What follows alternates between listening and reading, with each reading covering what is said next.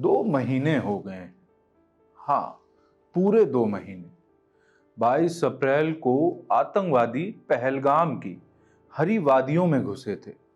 कोई ट्रैकिंग करने नहीं, कोई सेल्फी लेने भी नहीं। वो AK-47 लेकर आए थे, हिंदू पर्यटकों को मारने आए थे। हरा मैदान, सैलानी, बच्चों की हंसी और फिर गोलियों की तड़तड़ाहट। धर्म पूछा गया, जवाब मिला हिंदू, और ट्रिगर दब गया। 26 भारतीय मारे गए, 16 गंभीर रूप से घायल हुए। लेकिन हम पूछते हैं, ये हमला नहीं था, ये नरसंहार था। और आज भी आतंकवादी खुले घूम रहे हैं। हम पूछते हैं, आखिर ये हमला किसने करवाया? कौन थे वो लोग जिन्होंने आतंकियों को छुपाया? कौन है वो जिन्हें अभी तक गिरफ्तार नहीं किया गया? आतंकी 5 थे, पर पकड़ में अब तक कोई नहीं आया है। NIA ने अब 2 लोकल लोगों को गिरफ्तार किया है, जिनका नाम परवेज अहमद जोठर और बशीर अहमद जोठर है। पहलगाम के लोकल हैं। इनका गुनाह 3 पाकिस्तानी आतंकियों को अपने घर के पीछे वाले अहाते में शरण देना है। उन्हें रोटियां भी खिलाई हैं और उनके लिए चार्जर भी मुहैया करवाया, और फिर भेज दिया बेगुनाहों पर हमला करने। अब सोचिए, ये साधारण से दिखने वाले लोकल निवासी आतंकियों को पनाह क्यों दे रहे हैं? ऐसा क्यों है? क्या ये डर की वजह से है, या पैसे की वजह से, या क्या फिर ये आतंक का मौन समर्थन है? अब इस मामले पर जम्मू कश्मीर के पूर्व मुख्यमंत्री फारूक अब्दुल्ला की प्रतिक्रिया सामने आई है। उन्होंने NIA की गिरफ्तारियों का स्वागत किया। उन्होंने कहा, अगर NIA ने सही लोगों को पकड़ा है तो हमें जल्द ही पता चल जाएगा कि ये हमला किसने करवाया है। ये हमारे लिए बहुत ही अच्छी खबर है। जल्दी हम हमलावरों तक पहुंच जाएंगे। वहीं जम्मू कश्मीर के पूर्व उप मुख्यमंत्री कविंदर गुप्ता ने भी इस पर अपनी प्रतिक्रिया दी। उन्होंने कहा, 22 अप्रैल को पहलगाम में हुई घटना, उसमें साजिश तो थी। पाकिस्तान के आतंकवाद को बढ़ावा देने के लिए यहाँ पर यानी कश्मीर में जो अंडरग्राउंड वर्कर हैं और जो ओवरग्राउंड वर्कर हैं, वो उनके लिए काम करते हैं। NIA ने काफी कोशिशों के बाद उनके बारे में पता लगाया और उनको पकड़ा है।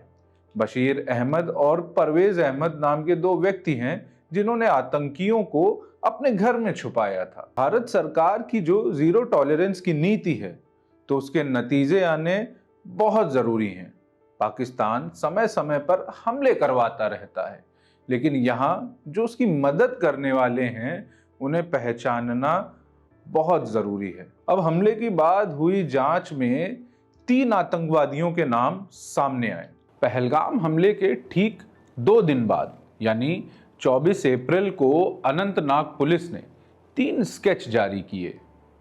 इन स्केच में हासिम मूसा उर्फ सुलेमान था, अली उर्फ तलहा भाई और आदिल हुसैन ठोकर था। लेकिन अब द इंडियन एक्सप्रेस की रिपोर्ट के मुताबिक खुद केंद्रीय एजेंसियों के सूत्र ये कह रहे हैं कि जिन्हें उन्होंने स्केच में दिखाया था, वो असली हमलावर हो ही नहीं सकते। इंडियन एक्सप्रेस की खबर आगे बताती है कि हासिम मूसा उर्फ सुलेमान केवल इसी हमले में शामिल नहीं था। कयास हैं कि इससे पहले भी वो कई आतंकी हमलों में शामिल रहा है। जांच एजेंसियां अब ये भी पता लगा रही हैं कि ये वही सुलेमान था जिसने अगस्त 2023 में कुलगाम में 3 भारतीय जवानों की हत्या की थी। और क्या इसी ने पिछले साल यानी 2024 के मई महीने में जम्मू के पुंछ जिले में वायुसेना के जवानों पर हमला किया था, जिसमें एक जवान भी शहीद हुआ था और 4 घायल हुए थे। मूसा और अली पाकिस्तानी हैं। इन पर 20-20 लाख रुपए का इनाम भी रखा गया। अब हासिम मूसा की पूरी कहानी ध्यान से सुनिए। ये जनाब पाकिस्तान की एसएसजी यानी स्पेशल सर्विस ग्रुप के कमांडो थे, सरकारी फौज का हिस्सा, और बाद में लोन यानी उधारी पर लश्कर तैयबा को सौंप दिए गए।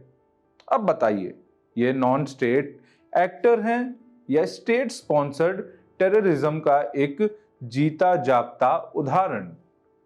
भला और क्या सबूत चाहिए है पाकिस्तान के स्टेट स्पॉन्सर्ड टेररिज्म का? एनआईए के मुताबिक आतंकियों को शरण देने के लिए दोनों व्यक्तियों पर गैर कानूनी गतिविधियां रोकथाम अधिनियम 1967 की धारा 19 के तहत मामला दर्ज किया गया है।